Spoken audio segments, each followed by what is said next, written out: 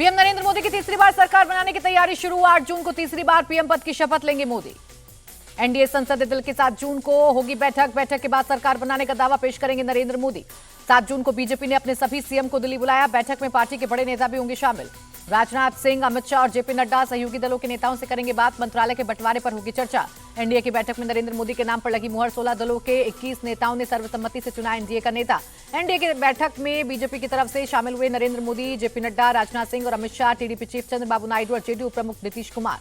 NDA की बैठक के बाद नरेंद्र मोदी के साथ एनडीए के सभी नेताओं ने खिंचवाई ग्रुप फोटो। विक्ट्री का साइन दिखाते हुए आई नजर। एनडीए की बैठक में एक प्रस्ताव किया गया पारित। गरीबों, महिलाओं, युवाओं, किसानों और समाज के वंचित वर्गों की सेवा की बात कही गई। एनडीए की बैठक में नरेंद्र मोदी ने कहा विकसित भारत के संकल्प को लेकर आगे चलेंगे। टीडीपी एनडीए का हिस्सा है, इसे लेकर शक क्यों? बैठक के बाद बोले चंद्रबाबू नायडू ने बैठक की तस्वीर पोस्ट की। लिखा, एनडीए ने मोदी को अपना नेता चुना। मोदी के नेतृत्व में देश निरंतर विकास करेगा और विश्वगुरु बनकर उभरेगा।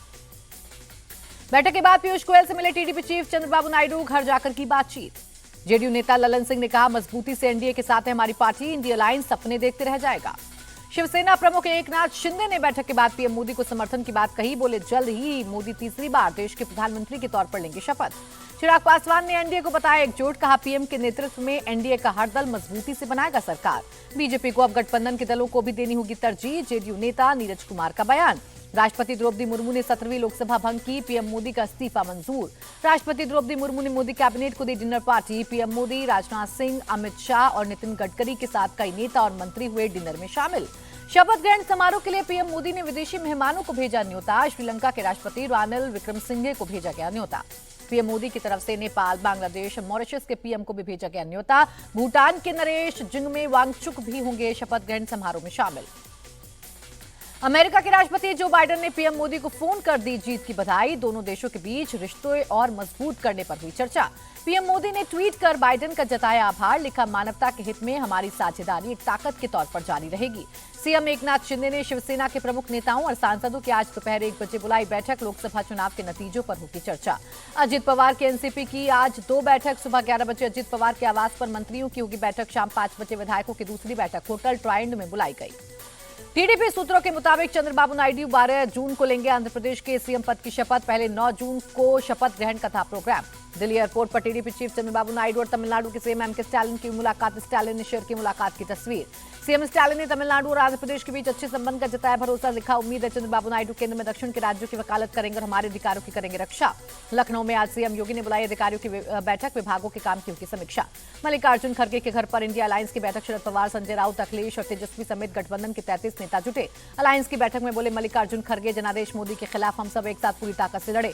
मल्लिकार्जुन खड़गे ने कहा मोदी की राजनीतिक और नैतिक हार हुई पर वो जनमत को नकारने की हर संभव कोशिश करेंगे। खड़गे ने कहा सरकार बनाने का दावा नहीं पेश करेगा इंडिया अलायंस। गठबंधन में उन सभी दलों का स्वागत है जो भारत के संविधान में विश्वास रखते हैं। बैठक के बाद बोले खड़गे, हम सही समय पर सरकार को हटाएंगे, मोदी के खिलाफ लड़ते रहेंगे। राहुल गांधी ने वीडियो मैसेज जारी किया। कहा जनता ने लोकतंत्र और संविधान की रक्षा की, हम इस संकल्प को पूरी शक्ति के साथ आगे बढ़ाएंगे। शिवराज सिंह चौहान का राहुल गांधी पर तंज। मुंगेरी लाल के हसीन सपने अभी तक देख रहे जबकि 100 सीट भी नहीं आई। शिवराज सिंह चौहान ने जीत के बाद विदिशा में निकाला रोड शो। जनता और कार्यकर्ताओं को दिया धन्यवाद। मुंबई में महाराष्ट्र बीजेपी की कोर कमेटी की हुई बैठक। चुनाव नतीजों को लेकर हुई चर्चा। महाराष्ट्र में बीजेपी के खराब प्रदर्शन की डिप्टी सीएम देवेंद्र फडणवीस ने ली जिम्मेदारी। अपने इस्तीफे की पेशकश की। कहा मुझे संगठन की जिम्मेदारी दें। देवेंद्र फडणवीस ने कहा विधानसभा चुनाव के लिए पूरा समय देना चाहता हूं। महाराष्ट्र में पार्टी को और मजबूत करना चाहता हूं। देवेंद्र फडणवीस के बयान पर बोले सीएम एकनाथ शिंदे, चुनावी हार सामूहिक जिम्मेदारी। तीनों पार्टियों ने मिलकर लड़ा था चुनाव। जिनके पास आंकड़े नहीं वो सरकार बनाने के सपने देख रहे। महाराष्ट्र के सीएम एकनाथ शिंदे का बयान। महाराष्ट्र बीजेपी अध्यक्ष चंद्रशेखर बावनकुले का बयान। देवेंद्र फडणवीस को सरकार से बाहर रहने की जरूरत नहीं। कोर ग्रुप की बैठक में फडणवीस के इस्तीफे की चर्चा नहीं हुई। बीजेपी सांसद अशोक चव्हाण का बयान। देवेंद्र फडणवीस सरकार में रहेंगे और संगठन में भी काम करेंगे। महाराष्ट्र के मंत्री गिरीश महाजन का बयान। फडणवीस के इस्तीफे की पेशकश पर बोले नेता प्रतिपक्ष विजय वडेट्टीवार, अगर जीत का श्रेय लेते हैं तो हारने की भी जिम्मेदारी लेनी चाहिए। महाराष्ट्र के मंत्री दीपक केसरकर का उद्धव ठाकरे पर आरोप। का उद्धव ठाकरे ने हिंदुत्व छोड़कर मुस्लिम वोट से जीत हासिल की। दीपक केसरकर का दावा, उद्धव ठाकरे को मराठी मानुष शिव सैनिकों का नहीं मिला समर्थन, सिर्फ मुस्लिम वोट से जीते। मुंबई में 7 जून को कांग्रेस की बैठक। नवनिर्वाचित सांसदों से मिलेंगे प्रदेश अध्यक्ष नाना पटोले। शनिवार को नवनिर्वाचित सांसदों से मीटिंग करेगी सीएम ममता। चुनाव में टीएमसी ने जीती हैं 29 सीटें। नीतीश कुमार ने पीएम मोदी और राष्ट्रपति द्रौपदी मुर्मू को भेजा भागलपुरी। जदार्दू आम जीत के संदेश के तौर पर भेजा खास तोहफा।